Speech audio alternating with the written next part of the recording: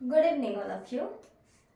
आज की जो हमारा वेक्टर इंटीग्रेशन चल रहा है उस क्लास में वेक्टर इंटीग्रेशन पे ये 5th क्लास है हमारी। इससे पहले हम 4 क्लासें कर चुके हैं। उनमें वेक्टर का इंटीग्रेशन करना, किसी वेक्टर फंक्शन या स्केलर फंक्शन का करना, उस पर पाथ इंडिपेंडेंट वाली कंडीशन, ये सब हम बात कर चुके हैं। ठीक है, तो आज की इस क्लास में हम ग्रीन्स थ्योरम पे बात करेंगे। लेकिन उससे पहले एक एग्जांपल करेंगे जो मैंने लास्ट क्लास में बोला था कि मैंने पाथ इंडिपेंडेंट वाली जब कंडीशन कराई थी आपको, तो मैंने वो कहा था कि एक एग्जांपल मैं ऐसा कराने वाली हूँ वहां पे हमारा फंक्शन भी एग्जैक्ट डिफरेंशियल बन रहा होगा या कंजर्वेटिव है हमारा फंक्शन और कंटूर भी क्लोज है, तो भी हमारा आंसर 0 नहीं आ रहा होगा। ठीक है, एक ऐसे एग्जाम्पल पे बात करते हैं। इंपॉर्टेंट एग्जाम्पल है, 7-8 बार आराम से पूछा जा चुका एग्जाम्पल है। ठीक है, हमारे पास एफ वेक्टर है, F vector X comma Y, ये है एक्स डी वाई माइनस का Y D X upon X square plus Y square. ये मेरे पास है एफ वेक्टर। ठीक है, ये फंक्शन हो गया एंड साथ में जो कंटूर है सी, वो है हमारा circle X square plus Y square बराबर आर स्क्वायर, या हम कह सकते हैं मोड जेड बराबर आर, ये आप इसे ले सकते हैं। ठीक है, तो अब आप चेक करें ये कंजर्वेटिव बनता है या नहीं बनता है, या f1 dx plus f2 dy उसी फॉर्म में तो ये दिया ही गया है ना, तो क्या ये एग्जैक्ट बन रहा है या नहीं बन रहा है। सबसे पहले आप ये चेक करके देखते हैं हम एग्जैक्ट बनता है या नहीं। क्या हो गया, हमारे पास f1 dx plus f2 dy की फॉर्म में ही लिखा हुआ है ये। इसे हम इस तरह लिख सकते हैं, डिफरेंशियल की फॉर्म में यदि हमें लिखना है तो हम X D Y minus Y D X square common लें तो ये 1 प्लस वाई बाय एक्स का होल स्क्वायर इस फॉर्म का बना। और ये क्या है, डिफरेंशियल डी ऑफ किसका डिफरेंशियल है, tan inverse y by X का। tan inverse y by X का क्या होगा, 1 plus X Y by X का square and Y by X का X square X D Y minus Y D x, इस तरह बनेगा। तो ये एग्जैक्ट डिफरेंशियल बन रहा है, तो हम इसे कह सकते हैं ये कंजर्वेटिव है, हमारा जो फंक्शन है ये कंजर्वेटिव है। लेकिन इसका आंसर, अभी हमारे पास क्लोज कंटूर है, आंसर क्या आना चाहिए उस कंडीशन से 0। लेकिन आपको ध्यान रखना होगा कि वहां पे एक बात कि हमारा जो फंक्शन है वो इस सी के अंदर कैसा होना चाहिए, डिफाइन होना चाहिए। ठीक है, मेन पर्पस क्या है, ये डिफाइन होना चाहिए। हमने जो एग्जाम्पल करे थे वहां पे हमारा पूरे सी पे डिफाइन अच्छी तरह से हो रहा था, जो लास्ट क्लास में एग्जाम्पल्स करे थे। यहाँ पे क्या है, ये जो फंक्शन है नीचे है X square plus Y square, ये सर्किल कैसा होगा, ये सर्किल होगा हमारा कुछ इस टाइप से 0,0 इसके अंदर एक ऐसा पॉइंट है आर रेडियस का है, 0,0 पे हमारे जो फंक्शन है इसको क्या है, प्रॉब्लम है, हम 0,0 पुट नहीं कर सकते, इसलिए इसका आंसर 0 नहीं आएगा। ठीक है, तो इस तरह से यदि हमें क्वेश्चन मिल रहे हैं तो हम इस क्वेश्चन को कैसे सोल्व करेंगे। देखो, इस तरह के क्वेश्चन के लिए हम पैरामेट्रिक फॉर्म का यूज करेंगे। ये हमारे पास कंप्लीट एक सर्किल है, सर्किल के लिए पैरामेट्रिक फॉर्म हमने लिखी थी, z बराबर हम r ले लें या फिर एक, मतलब r कोई वेरिएबल नहीं है, फिक्स रेडियस का हमें दिया गया है सर्किल, तो ये क्या हो गया x क्या लेंगे हम पैरामेट्रिक फॉर्म में, x बराबर r कोस थीटा, y बराबर r साइन थीटा, और यहां से हमारा हो गया dx बराबर r minus r sine theta D theta, dy बराबर r cos theta D theta. ये वैल्यू हम उस इंटीग्रेशन करते हैं, ये तो इंटेग्रल की ही वैल्यू हो गई ना, ये हमारी एक तरह से फंक्शन तो हमारे पास क्या है, ये तो इंटेग्रल की ही वैल्यू हो गई, एफ डॉट डी आर उसकी वैल्यू है ये। फंक्शन क्या है हमारे पास, यदि हम यहाँ से फंक्शन को अलग से करके लिखना चाहें तो ये होता है minus Y upon X square plus Y square I cap plus X upon X square plus Y square J cap. Function ये हो गया। इंटेग्रल की फॉर्म में एफ डॉट डी आर को ही तो हम इस तरह लिखते हैं, f1 dx plus f2 dy। ठीक है, वो ध्यान नहीं रहा मैंने सारा लिख दिया। चलो हम क्वेश्चन करते हैं। dx बराबर माइनस आर, इस तरह हमने ये वैल्यू निकाली। अब इन वैल्यू को हम हमारे इंटेग्रल में पुट करते हैं। हमारे इंटेग्रल की वैल्यू है f डॉट डी आर बराबर है x की वैल्यू है r cos थीटा, dy है r cos theta d theta, r cos theta d theta minus y क्या है r sin थीटा, dx क्या है minus r sin theta d theta minus minus plus r sin theta d theta. ठीक है, ये तो हमारा इस तरह इंटीग्रेशन ही है। और नीचे है X square plus Y square. X square plus Y square कितना हो जाएगा आर स्क्वायर, ये हो गया आर स्क्वायर बराबर इंटीग्रेशन कहाँ से कहाँ तक होगा। इसकी पैरामेट्रिक जब हम कंप्लीट सर्किट के लिखते हैं तो पैरामेट्रिक फॉर्म्स भी मैंने इन्हीं क्लासों में कराई है, उसमें थीटा की वैल्यू 0 से 2 पाई जाती है, तो इंटीग्रेशन 0 से 2 पाई जाएगा। ठीक है, 0 से 2 पाई, आर स्क्वायर ऊपर से कॉमन आके नीचे से कैंसिल होगा, cos square theta D theta plus sine square theta D theta, cos square theta plus sine square theta 1 बनेगा एंड बच जाएगा हमारे पास D theta and integration is theta 0 से 2 पाई, आंसर इज 2 पाई। इस तरह हम इस क्वेश्चन को देख सकते हैं। ठीक है, इजी है, पर ये नहीं है कि सोल्व कैसे किया है ये मैटर नहीं करता। इस क्वेश्चन में सोल्व तो हम कर लेंगे। सोल्व यदि आपको पता लग गया 0 इसका आंसर नहीं है, यदि हमें ऑप्शन में 0 नहीं दिया गया हो तो आप एक बार तो वहां पे रुकेंगे, या तो आप सोचेंगे क्वेश्चन गलत है या फिर आप ट्राई करने की कोशिश करेंगे। लेकिन 4 ऑप्शन है, एक फर्स्ट ऑप्शन में यदि हमें 0 दिख जाए तो हम डेफिनेटली 0 टिका के आएंगे। ठीक है ना। तो इसी क्वेश्चन में यदि हमें देखो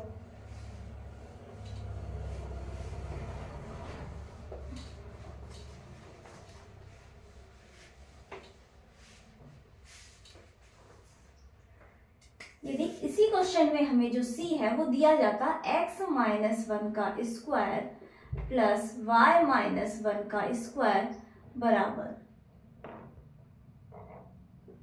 हाफ स्क्वायर। यदि ये क्वेश्चन हमें इस तरह से होता तो जब हम इसका बनाएंगे 1,1 यहाँ पे होता कहीं और सेंटर, और हाफ रेडियस का सर्किल है तो इसमें 0,0 अंदर ही नहीं आता, तो इसके लिए फिर हमारा आंसर इसका क्या हो जाता, हमारा 0 हो जाता, क्योंकि 0,0 से इसके अंदर है नहीं, क्योंकि हमारे जो फंक्शन है या हमारा जो इंटेग्रल है उसे फंक्शन को सिर्फ 0 और 0,0 पे ही प्रॉब्लम है। यदि एक सिंगल 0 हो रहा है दूसरा नहीं है, नॉन 0 है, तो भी प्रॉब्लम नहीं है। दोनों एक साथ 0 हो रहे हैं तो एक 0,0 पे प्रॉब्लम थी, तो वो प्रॉब्लम वाला पॉइंट हमारा बाहर है, तो हम वो वाली कंडीशन लगा सकते हैं कि ये कैसा है, कंजर्वेटिव है, साथ के साथ क्लोज कंटूर है, इसके अंदर कोई दिक्कत नहीं है, तो हम आंसर इसका डायरेक्टली 0 लग सकते हैं। ठीक है, तो ये मैं आपको बताना चाह रही थी कि हमेशा हमें क्वेश्चन देख के ही सीधा नहीं कर देना है। ठीक है, तो ये वाला स्टैंडर्ड एग्जाम्पल है जिसमें आंसर हमारा 2 पाई आया, 0,0 अंदर था। ठीक है, तो ये स्टैंडर्ड एग्जाम्पल आप याद रखेंगे हमेशा। ठीक है, आपको याद रखना है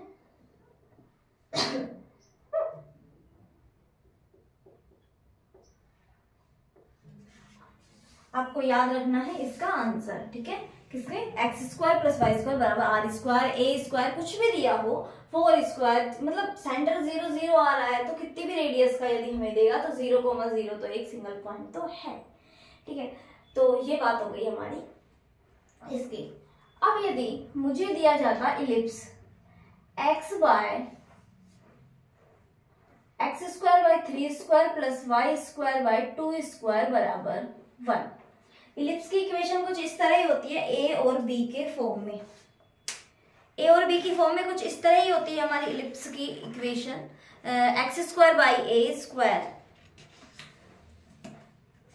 कैलकुलेशन इजी बनाने के लिए हम इसको थोड़ा चेंज कर लेते हैं। 4 स्क्वायर 3 स्क्वायर। कैलकुलेशन इजी होगी क्योंकि इन दोनों का जो स्क्वायर करने पे हमें 5 का ऐड करने पे 5 का स्क्वायर मिलेगा। कैलकुलेशन इजी करने के लिए मैंने नंबर्स चेंज किए हैं, ठीक है। तो अब अभी आपने क्वेश्चन किया है तो आप इसका आंसर मुझे बता सकते हैं क्या? बिना पेन चलाए आप इसका आंसर बता सकते हैं। एक बात और, कभी कभी क्या होता है, हमें ये क्वेश्चन इसी तरह भी दिया होता है, y dx minus X D Y upon X square plus Y square, minus common लेके, तो फिर इसका आंसर माइनस का 2 पाई आता है उस वाले में, ठीक है ना। तो ये भी आप ध्यान रखेंगे। आपको ध्यान रखना है dy वाला पॉजिटिव है, dx वाला टर्म नेगेटिव है, तो आपका आंसर 2 पाई होता है। तो वो आपको ध्यान रखना।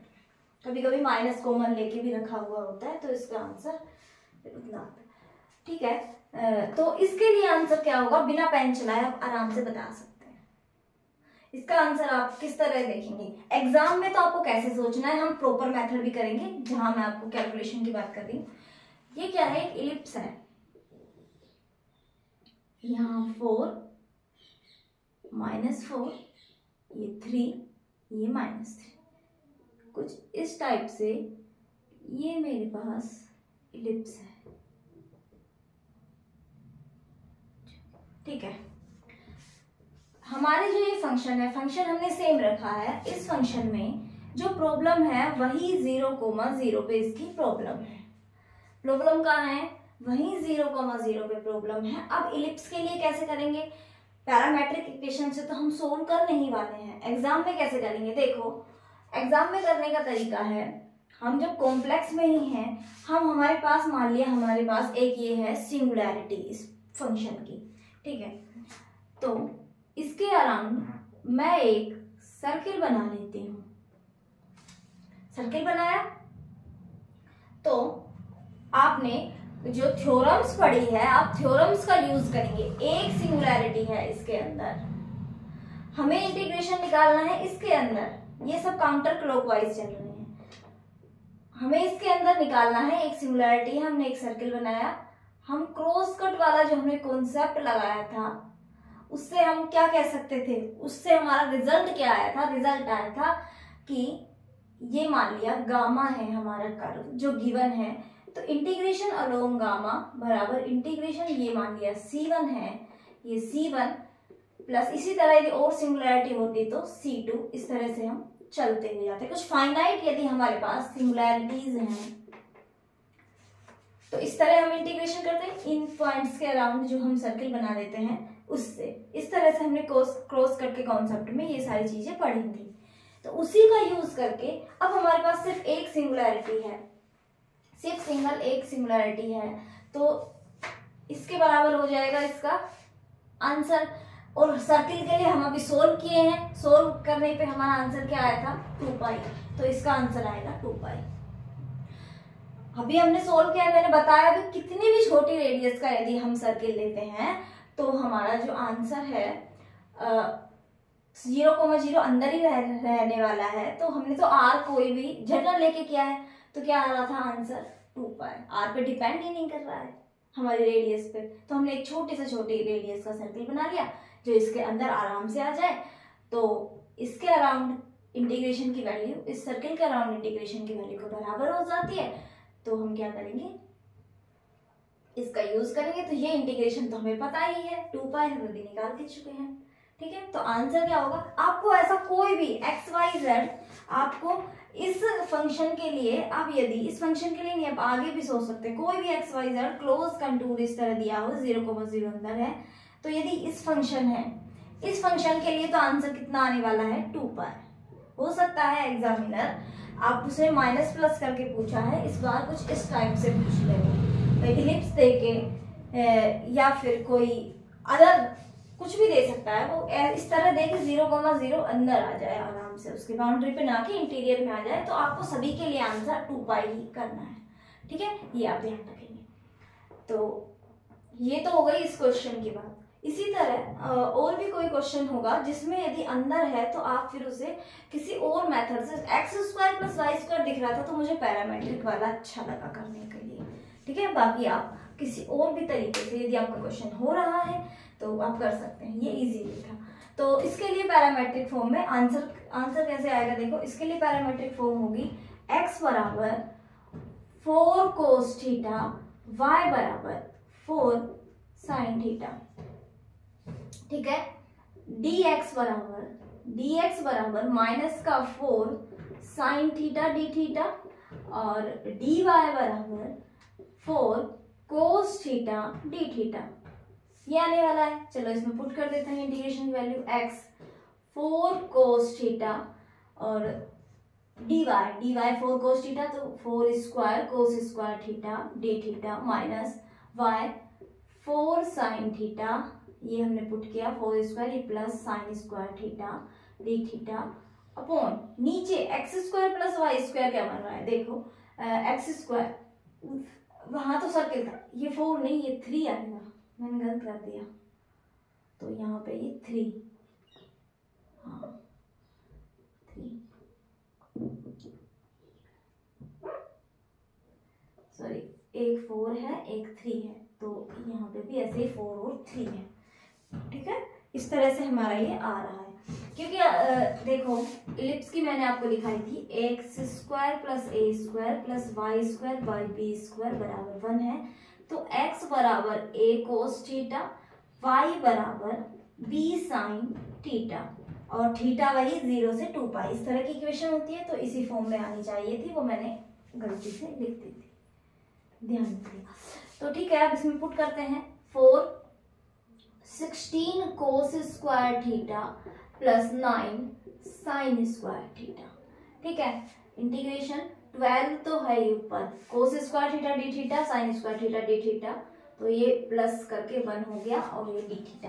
नीचे क्या बचा, नीचे हमारे पास बचा 9 प्लस 7 कोस स्क्वायर थीटा, ये बचा इंटीग्रेशन, क्योंकि हम 9 कोस स्क्वायर थीटा और 7 को अलग अलग करेंगे, और जो 9 है 9 साइन स्क्वायर थीटा प्लस 9 कोस स्क्वायर थीटा, तो हमारा 9 बन जाएगा। तो इस तरह हम इसे कर सकते हैं। अब हमें ये इंटीग्रेशन सोल्व करना है, तो हम sec square theta cos square theta को कॉमन ले लेते हैं, integration 12 sec square theta D theta बना अपॉन में 9 sec square theta plus 7 sec square theta को 1 प्लस tan स्क्वायर थीटा लिखेंगे, तो 12 sec square theta D theta 7 plus 9 into 1 plus tan square theta, तो एक 9 और आएगा, 9 और 7 कितने हो गए, 9 और 7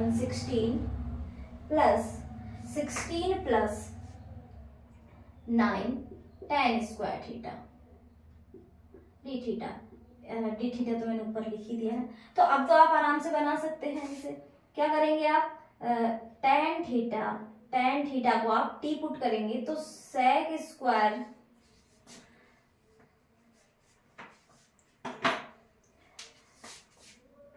ये क्या हो गया, sec square theta D theta बराबर डी टी आपके पास आ गए। यहाँ पे जो आपकी लिमिट चल रही थी 0 से 2 पाई चल रही थी, ठीक है, 0 से 2 पाई तक आपकी लिमिट चल रही थी। अब जब 0 है tan 0 ये भी 0 है, एंड tan 2 पाई जब हम लगाएंगे तो हमारा क्या बन जाएगा, देखो इसमें क्या बनने वाला है। इसके लिए पहले हम पुट करने से पहले क्या करते हैं, tan 2 पाई, फिर वो सर्किल हम जब लेके जा रहे हैं तो हमारा नहीं होगा, तो हमारे पास 12 तो है ही। पुट करने से पहले हम क्या करते हैं, हमारे पास 12 तो है बाहर, इसे π/2 लिमिट तक कर देते हैं। क्यों, क्योंकि हमारा ये कैसा बन रहा है, इवन फंक्शन है।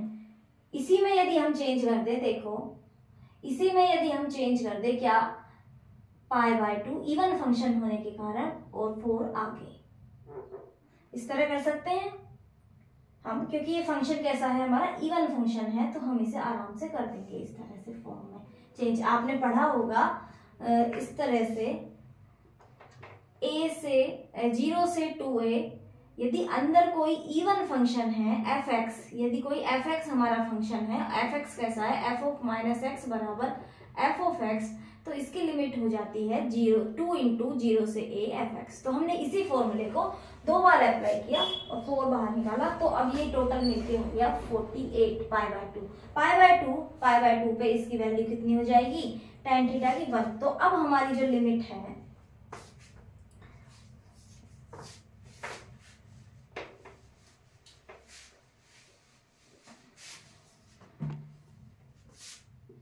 अब हमारा इंटीग्रेशन क्या बनेगा, 48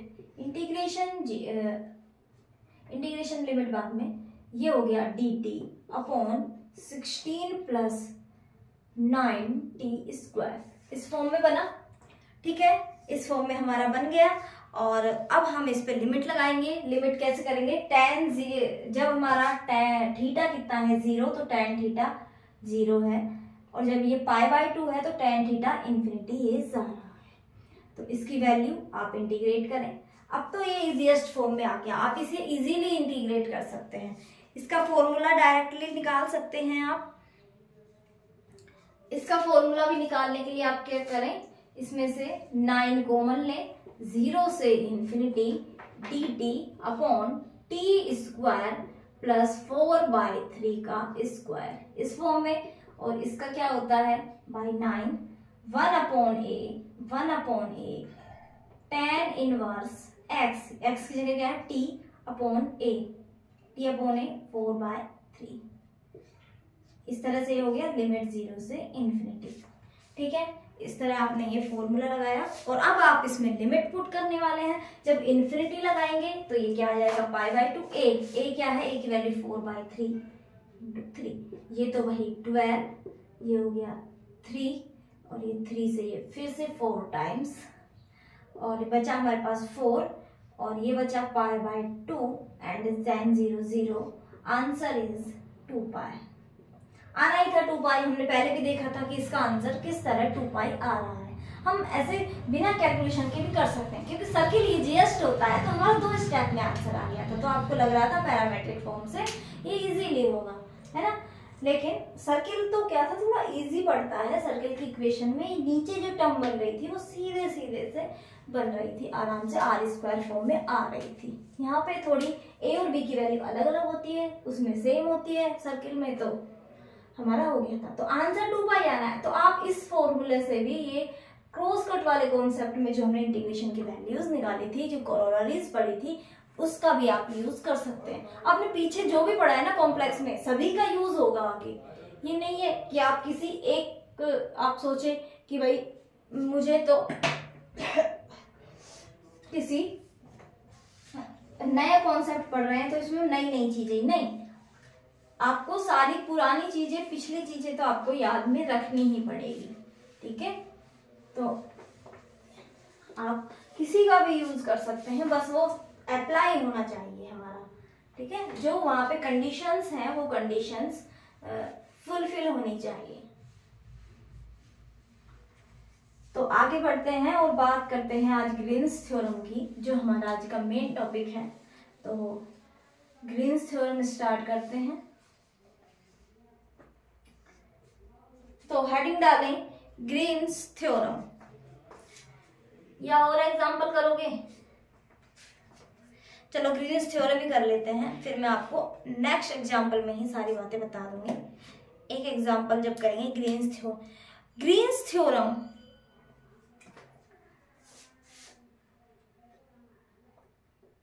ग्रीन्स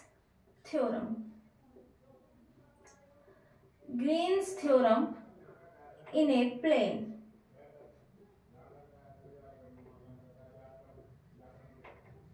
बेसिकली जो ग्रीन्स थ्योरम है वो किसी एक प्लेन में बात करती है। ठीक है, तो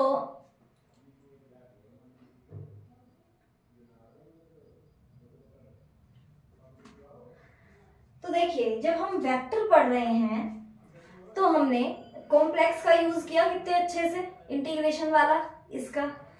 तो सारी चीजें मैथ में इसी तरह एक दूसरे से कनेक्टेड है। ठीक है ना, वेक्टर और कॉम्प्लेक्स किस तरह कनेक्ट हुई आपने इस एग्जांपल में देख लिया।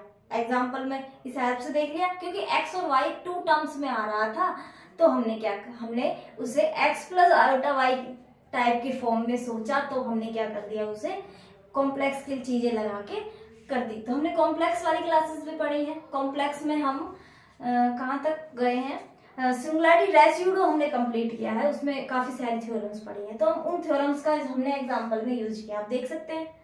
तो आप वो थ्योरम्स भी पढ़ सकते हैं। तो ये हम वेक्टर इंटीग्रेशन की बात कर रहे हैं, ठीक है। देखो कुछ चीजें ऐसी होती है, आंसर तो हमारा इसका आ गया, लेकिन जब हम हायर लेवल पे जा रहे हैं तो हमें सारी चीजें ही पढ़नी पड़ेगी, सारी बुक्स ही पढ़नी पड़ेगी। तो हम एक दूसरे को कोलैबोरेट करेंगे, ठीक है, एक दूसरे का यूज भी करेंगे। बस हमारी चीजें कैसी होनी चाहिए, अप्लाई होनी चाहिए। देखो इंटीग्रेशन है, आप इसमें इंटीग्रल कैलकुलस का भी तो यूज कर रहे थे। इंटीग्रल कैलकुलस के फॉर्मूलाज का हमने यूज किया, 1/a tan इनवर्स t/a, है ना।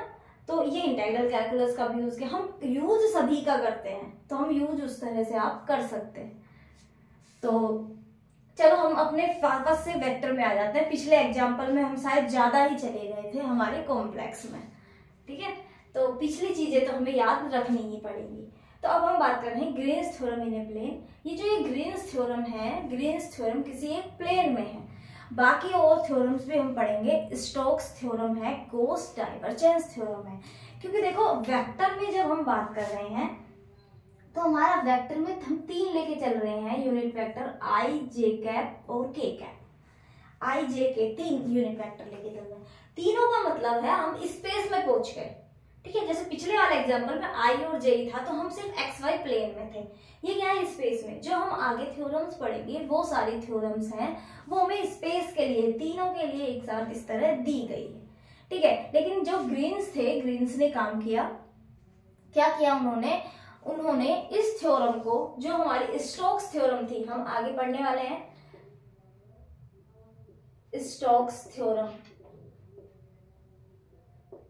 जो स्टोक्स है, उन्होंने भी थ्योरम दी थी एक, ठीक है। वो थ्योरम हम आगे पढ़ेंगे। उसका इन्होंने क्या किया, स्टोक्स में थी, वो स्पेस में थी, स्पेस में थ्योरम थी। इन्होंने इसी थ्योरम को प्लेन में लेके आए। ये किस में लेके आए, प्लेन में। यहाँ पे हमारे पास 3 कोऑर्डिनेट थे, यहाँ पे ये 2 कोऑर्डिनेट में लेके आए। और इन्होंने सबसे पहले इजीली फॉर्म में, बच्चों के बिहेवियर क्या होता है, हम सीधा, यदि हमें बोला जाए 2 डायमेंशनल प्लेन है, 2 डायमेंशन, हम सीधा एक्स वाई की बात करते हैं। तो इन्होंने भी यही किया, एक्स वाई प्लेन लिया, एक्स वाई प्लेन में इसकी बात की। इन्होंने क्या किया, ग्रीन्स ने स्टोक्स थ्योरम का स्पेशल केस लेके आए ये, यानी कि ग्रीन्स थ्योरम स्टोक्स थ्योरम की स्पेशल केस है, और इन्होंने एक्स वाई प्लेन पे काम किया। हो सकता है पिछला वाला क्वेश्चन एक्स वाई से होता, पर क्यों होता, क्योंकि उसके डोमेन में आ रहा था 0,0, है ना। तो वहां अप्लाई नहीं करना है, हमें क्वेश्चन भी देखना है। कंडीशंस भी हम लिखेंगे जब इसका स्टेटमेंट लिखेंगे कि क्या क्या कंडीशंस है। तो इन्होंने क्या किया, एक्स वाई प्लेन में उसे लेके आए, किसी क्वेश्चन को इतना इजी बना दिया। हमारे पास इंटीग्रेशन की वैल्यू, कंडीशंस हमें भी लिखते हैं, इसका स्टेटमेंट जो क्या है मैथमेटिकल, यदि हमारे पास f1 dx plus f2 dy इस तरह का, यानी यदि हमारे पास इंटीग्रेशन बचा हुआ है, ठीक है, इस तरह का इंटीग्रेशन बचा है, तो इन्होंने क्या किया, सबसे पहले तो ये लाइन इंटीग्रल था, इन्होंने इसे डबल इंटीग्रेशन में चेंज किया। किसमें चेंज किया, डबल इंटीग्रेशन में। इन्होंने क्या किया, जो f2 था इसका तो किया x के रेस्पेक्ट डेरिवेटिव, और जो f1 था उसका किया y के रेस्पेक्ट में डेरिवेटिव, एंड दोनों को माइनस करके dx dy। फिर उन्होंने डबल इंटीग्रल कर दिया इसका सरफेस इंटीग्रल में, इसे चेंज कर दिया। ये स्टोक्स थ्योरम का स्पेशल केस इन्होंने सिर्फ एक्स वाई प्लेन के लिए दिया। ये हमारी बहुत से क्वेश्चंस को इजी करने में हेल्प करेगा। कॉम्प्लिकेटेड बहुत सारे क्वेश्चंस होते हैं, उन्हें ये बिल्कुल इजी कर देने वाला है, ठीक है। तो ये स्टेटमेंट है, इसकी कंडीशंस हम पढ़ते हैं। और एक बात और, अभी तक हमने जो पढ़ा है, हमने क्या पढ़ा, यदि f कंजर्वेटिव है, एग्जैक्ट डिफरेंशियल बन रहा है, यदि हमारा f क्या बन रहा है, डेल फाई, और हम क्लोज कंटूर के लिए इंटीग्रेशन निकाल रहे हैं f डॉट dr, तो डायरेक्ट 0 लिख रहे हैं। शर्त क्या है कि वो उस डोमेन में हमारा डिफाइन होना चाहिए जो हमें दिया गया, ठीक है। वो तो बात है। अब कई बार फंक्शन ऐसे होंगे हमारे पास, ये थोड़ी है हर क्वेश्चन में ही हमें एफ जो है वो कैसा मिलेगा, कंजर्वेटिव या एग्जैक्ट डिफरेंशियल टाइप। कई बार क्या होता है कि फंक्शन है उसे हम f1 dx plus f2 dy plus f3 dz इस फॉर्म में लिखते हैं। इसमें भी जाएंगे, इसमें भी यही बात लागू होगी, पर हम अभी जनरल बात कर रहे हैं। तो इस तरह जब हम लिखते हैं तो हम इसे ही तो एग्जैक्ट डिफरेंशियल बनाने की कोशिश करते हैं, एग्जैक्ट डिफरेंशियल इसे ही बनाने की कोशिश करते हैं। यदि एग्जैक्ट डिफरेंशियल बन जाता है, एग्जैक्ट डिफरेंशियल बन जाता है तो इसका इंटीग्रेशन हम डायरेक्ट 0 लिख देते हैं। यदि मान लिया ये एग्जैक्ट डिफरेंशियल नहीं बन रहा है, लेकिन ऐसा है कि कुछ पार्ट का इंटीग्रेशन तो हम डायरेक्ट इस तरह लिख दिया और बाकी का कुछ पार्ट हमारा इंटीग्रेशन में अलग से इस तरह आ रहा है, जिसमें हम कोई फंक्शन है वो एग्जैक्ट नहीं मिल रहा। मान लो y² dx इस तरह से हमें मिल गया, या हमें z² dx इस तरह से मिल गया। अब ये तो एग्जैक्ट डिफरेंशियल नहीं बन रहा है, लेकिन कुछ पार्ट है एग्जैक्ट डिफरेंशियल बन रहा है। और ये सिर्फ बातें हम कर रहे हैं क्लोज के लिए, जब हम इंटीग्रेशन क्लोज के लिए कर रहे हैं तो क्या होगा, तो जब हम क्लोज पे बात कर रहे हैं तो यदि हम इंटीग्रेशन इसका सोल्व करेंगे, ये एग्जैक्ट है, दोनों का अलग अलग इंटीग्रेशन, इसका तो 0 आ जाएगा। सिर्फ हमें इतने ही पार्ट का निकालें तो हमारी कैलकुलेशन इस तरह क्वेश्चंस में कम हो जाती है। ठीक है, तो हमारी कैलकुलेशंस को कम करने के लिए ये वाली चीज जरूरी है कि हम इस तरह से इसका यूज करें, जो पार्ट एग्जैक्ट बन रहा है उसको हम स्किप कर दें, उसके लिए इंटीग्रेशन ना निकालें, 0 ही आने वाला है। आप कैलकुलेशन करते जाएंगे, आंसर तो सिर्फ जो हमें मिलेगा सिर्फ इसी पार्ट से मिलेगा, सेकंड वाले से, जो एग्जैक्ट नहीं बन रहा है। ठीक है, इसी तरह इसमें आप इसमें तो विजुअलाइज भी कर सकते हैं। मान लिया कुछ पार्ट एग्जैक्ट बन रहा है, कुछ एग्जैक्ट नहीं है। यदि हमारा पार्ट एग्जैक्ट बन रहा है तो एग्जैक्ट डिफरेंशियल इक्वेशन की कंडीशन है ये। एग्जैक्ट डिफरेंशियल इक्वेशन आपने इस फॉर्म में पढ़ी होगी, m dx plus n dy बराबर 0। इसी फॉर्म में पढ़ी है। हम क्या करते हैं, del n by del x बराबर del n by del y। यदि ये वाला पार्ट एग्जैक्ट बन रहा है तो इस तरह का डेरिवेटिव बराबर होगा, और इसे ही हम माइनस करते हैं। माइनस करने पे जब यहाँ 0 बनेगा तो इंटीग्रेशन की वैल्यू 0 होगी। तो यानी जो पार्ट यदि एग्जैक्ट है तो उसके लिए हम पहले से ही हटा देते हैं। ठीक है, और ग्रीन्स थ्योरम में तो इतना अच्छा है, हमें क्लोज की तो जरूरत है ही नहीं। यहाँ तो यदि हम बिना क्लोज के भी पुट करेंगे तो वो कैंसिल ही होने वाली है चीजें। ठीक है, तो आपको ये आप कैलकुलेशन सॉर्ट करने के लिए इस तरह भी कर सकते हैं यूज। जो पार्ट एग्जैक्ट बन रहा है उसे हटा दो, आपको कुछ नहीं करना, उसे हटा देना है, क्योंकि उसके लिए तो इंटीग्रेशन 0 ही आने वाला है। जनरली तो हम ये बात कर रहे हैं, बाकी हम स्ट्रोक्स वगैरह आगे पढ़ेंगे तो देखेंगे। इसमें तो क्लोज हो नहीं क्लोज हो रहा है तो बहुत अच्छी बात है। हम यूज देखो, हम ग्रीन्स थ्योरम कहाँ अप्लाई कर रहे हैं उसके लिए देखेंगे, लेकिन यहाँ तो क्या होगा, तो एग्जैक्ट बनने का मतलब 0 ही आने वाला है। अब हम देखेंगे कि हमारी ग्रीन्स थ्योरम अप्लाई कहाँ होगी। क्या पता ये क्लोज पे ही अप्लाई हो, ओपन पे अप्लाई ना हो रही हो। अभी हम इसकी कंडीशंस देखते हैं। तो हेडिंग डाल लीजिए। सबसे पहले तो आप ये लिखिए, Green's theorem is the special case of Stokes theorem. तो ये आपको ध्यान में रहे कि ग्रीन्स थ्योरम है क्या। Green's theorem in plane is a special case of Stokes theorem.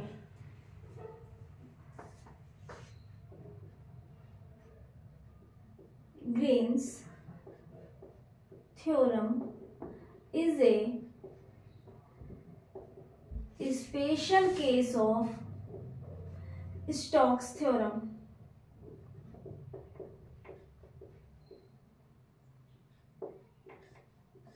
Important है ये भी।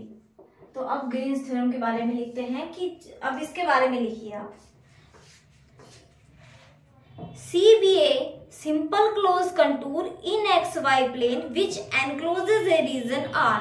तो क्या हो गया, ग्रीन्स थ्योरम हमारा क्लोज पे ही डिफाइन होगा। तो हमारा 0 बन रहा था तो हम अप्लाई जब भी करेंगे और 0 बन रहा है तो फिर हम उसे 0 ही, यानी ये हमारी अप्लाई ही क्लोज पे हो रही है। ठीक है, तो ग्रीन्स थ्योरम हम जहां अप्लाई करेंगे, हमें सीधी बात है, जब हम ग्रीन्स थ्योरम का यूज कर रहे हैं और हमें यदि एग्जैक्ट मिल रहा है फंक्शन का कुछ पार्ट तो हम उसे डायरेक्टली ही स्किप कर देंगे।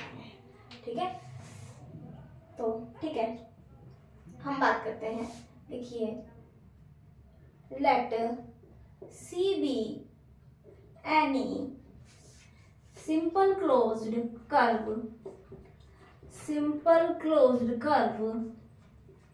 in xy plane which enclosed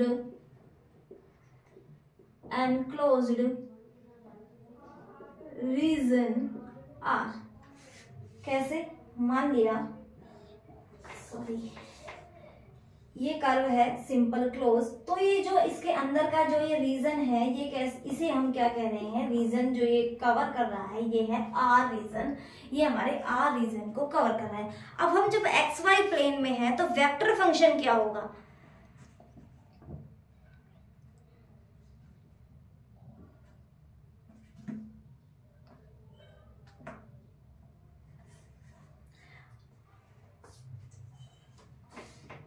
late F vector X comma Y बराबर F1 I cap plus F2 J cap is a vector function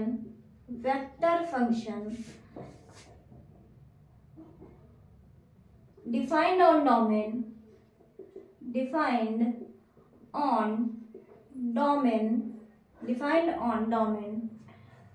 domain D, ये सबसेट है हमारे R का, कंसिस्ट्स, देखो डोमेन है और रीजन है, दो चीजें हैं हमारे पास, डोमेन है फंक्शन का, रीजन है हमारा कर्व का। अब ये फंक्शन हमारा एक्स वाई प्लेन में है, तो इसका डोमेन भी क्या होगा, एक्स वाई प्लेन का ही कोई सबसेट होगा। जो ये डोमेन है वो कंसिस्ट कर जाएगा ए रीजन में कंटेनिंग द कर्व सी, उस रीजन में जो हमारे कर्व सी को कंटेन कर रहा है। Consist the reason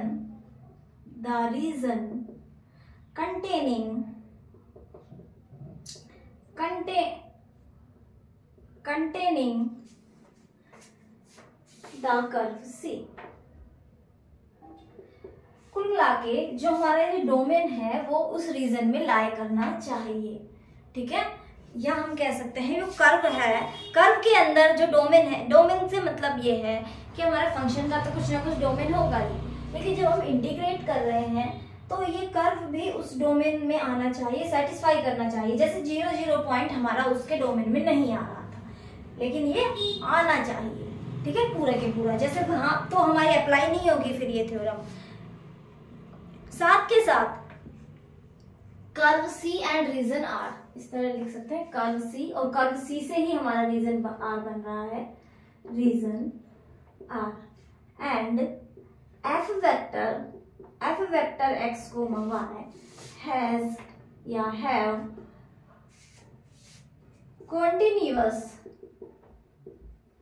continuous partial derivatives।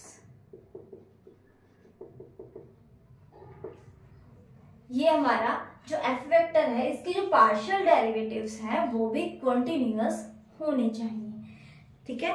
तो हमारा फिर स्टेटमेंट तो वही है हमारा सेम जो अभी हमने लिखा ही है, जो हमने देखा था वही है।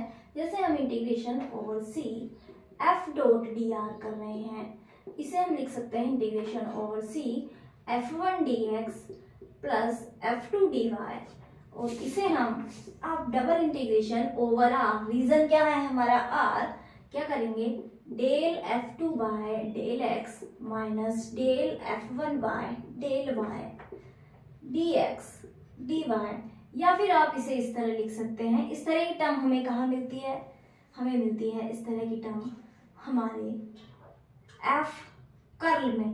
मान लिया ये एफ वेक्टर का कर्ल है, और फिर हम कर्ल का वेक्टर का के कैप के साथ एक डॉट प्रोडक्ट कर दे तो के कैप वाले कोफिशिएंट के साथ मिलती है हमें ये चीजें।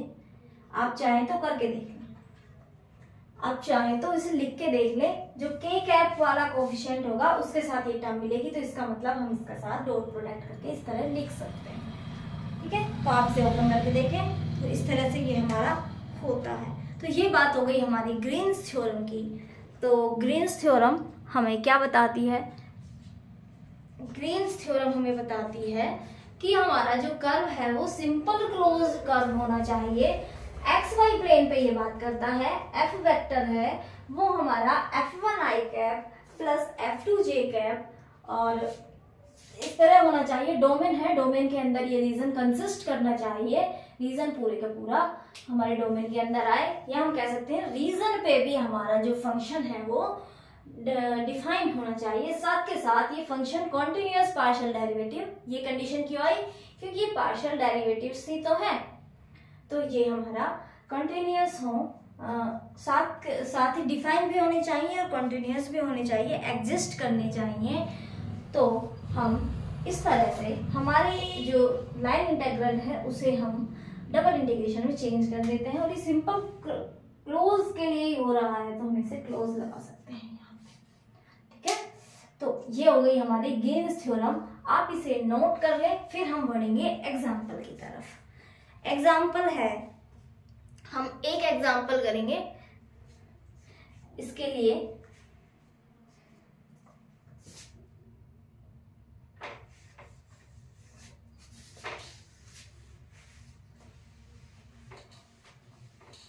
स्टेटमेंट आप लिख लीजिए इसमें। तो एग्जाम्पल है हमारा, लाइन इंटेग्रल है हमारा X square D Y plus X plus Y square D X. हमें इंटेग्रल सोल्व करना है, line integral X square D Y plus X plus Y square D X, ये हमें सोल्व करना है।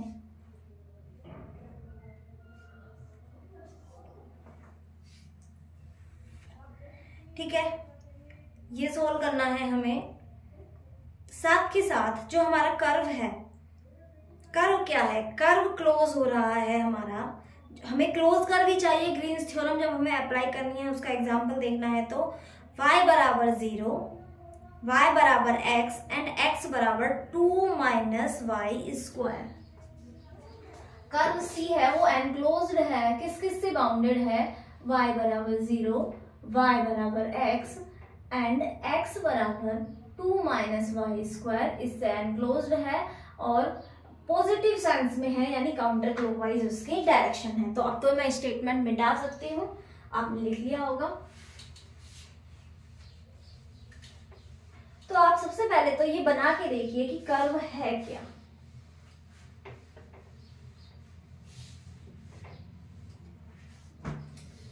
कर्व क्या है हमारे पास? ये y एक्सिस, ये x एक्सिस। y बराबर 0 यानी x एक्सिस एक तो हमें ये लेनी है, y बराबर 0।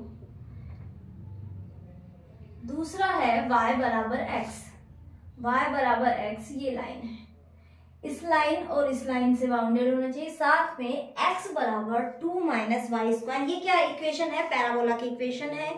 और ये वाला जो पैराबोला है वो हमारा पैराबोला, आप इसे, ये पैराबोला की इक्वेशन है, आपको दिख रही है साफ साफ, आप इसे पुट करके देखें तो जब y 0 है तो x एक्सिस को ये 2 पे काटेगा, 2,0 पे कट करेगा, एंड जब x 0 है तो ये y को √2 एंड -√2, ये हो गया √2, ये हो गया -√2। पैराबोला की इक्वेशन है तो ये कुछ इस टाइप से पैराबोला हमारा होने वाला है। ठीक है, कुछ इस टाइप से हमारा पैराबोला होने वाला है। साथ में रीजन कौन सा हो गया? ये वाला पॉइंट और हमें चाहिए, ये यहाँ पे भी कट कर रहा है हमारे पैराबोला को, ये पॉइंट हमें चाहिए। हमारा बाउंडेड है कर्व किस किस से? y बराबर 0, y बराबर 0, y बराबर x एंड x बराबर 2 माइनस वाई स्क्वायर से बाउंडेड है। इसका मतलब हमारा रीजन हो गया ये वाला। ठीक है, ये हमारा रीजन हो गया। हमें ये पॉइंट पता है 0,0, ये 2,0, ये पॉइंट हमें पता लगाना है और काउंटर क्लॉकवाइज है तो इसकी डायरेक्शन इस तरह है। इस पॉइंट को पता लगाने के लिए हम क्या करेंगे, किस किस का कट है, y बराबर x एंड इसका, तो हम इसमें y ही रख देते हैं। तो 1,1 इसे सेटिस्फाई कर रहा है, 1,1 दोनों को सेटिस्फाई कर रहा है, तो ये हमारा पॉइंट भी आ गया है। अब हमें निकालना है इस वाले रीजन के लिए क्या निकालना है, हमें इसका इंटीग्रेशन। अब हमें इंटीग्रेशन निकालना है तो हम इसमें ग्रीन्स थ्योरम अप्लाई करें। क्लोज कर्व है, इसका पार्शियल डेरिवेटिव पॉलिनोमियल है, पार्शियल डेरिवेटिव इसके एग्जिस्ट करेंगे, आराम से एग्जिस्ट करेंगे, कोई प्रॉब्लम नहीं है एग्जिस्ट होने में। साथ के साथ कॉन्टिन्यूस भी होंगे, पॉलिनोमियल का डेरिवेटिव पार्शियल डेरिवेटिव कॉन्टिन्यूस होंगे।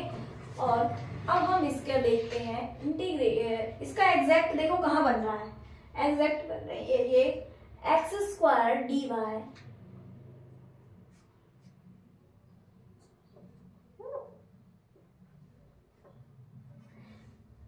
x² dx plus x dy plus y, जो मैं समझाना चाह रही थी वो नहीं समझा पाऊंगी यदि वैसे रखे तो, ठीक है। तो इसमें ये और ये एग्जैक्ट बन रहे हैं, ये क्या बन रहे हैं, d of x³ 3 plus y³ 3 plus का x dy। इसके अलावा इंटीग्रेशन हमारा 0 आना चाहिए और इसके लिए हमें इंटीग्रेट करना है। इसका मतलब ये हमारा इंटीग्रेशन सीधा बन के क्या आएगा, इंटीग्रेशन x dy का हमें इसके लिए इंटीग्रेशन करना है, ठीक है। x dy का हमें इसके लिए इंटीग्रेशन करना है क्लोज के लिए। तो एक तो आप, अब ये हमारे पास x dy बचा, तो आप इसका सोल्व कर सकते हैं। इसको आप सोल्व करेंगे, यदि आप ग्रीन्स थ्योरम में अप्लाई करें तो हमारे पास इसे आप इस तरह लिख सकते हैं 0 dx प्लस x dy और ग्रीन्स थ्योरम से double integration f2y del x minus 1 और 0 का 0 dx dy एंड ये हो गया डबल इंटीग्रेशन dx dy। इसका मतलब हमें अब इसका इंटीग्रेशन ही निकालना है, मतलब सॉरी एरिया ही निकालना है। किसका एरिया निकालना है, हमें एरिया निकालना है इसका। तो सबसे पहले यदि हम dy किसकी x के रेस्पेक्ट में x की लिमिट लगाएं, x की लिमिट हमारी इससे लेके x यहाँ पैराबोला तक जा रहा है, y बराबर x से पैराबोला तक, तो x की लिमिट हो गई x बराबर y एंड x बराबर 2 माइनस y²।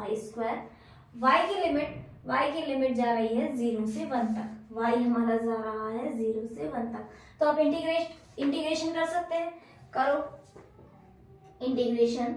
क्या हो गया 2 minus y² minus y and dy अभी हमारा बचा हुआ है 0 से 1 जिसके लिए इंटीग्रेट करना है। तो ये आया 2 माइनस y² माइनस y, इस पे हमें लिमिट लगानी है कौन सी, x बराबर y से, सॉरी